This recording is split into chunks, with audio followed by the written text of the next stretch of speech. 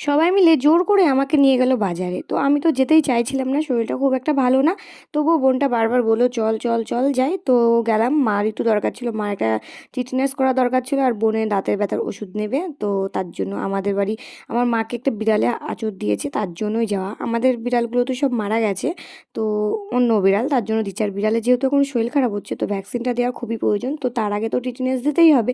তো এদিকে যেতে যেতে কালিম্পং স্টেশনে ওভারব্রিজের একদম মাথার উপরে এমন করে সবাই বসেছিল মনে হচ্ছে না এখনও উল্টে পড়ে যাবে।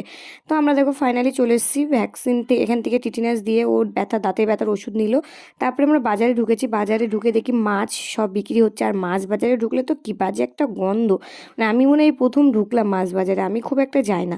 তো এদিকে এসে সব শসা কিনলাম, অনেক কিছু কিনেছি, পাস্তা কিনেছি।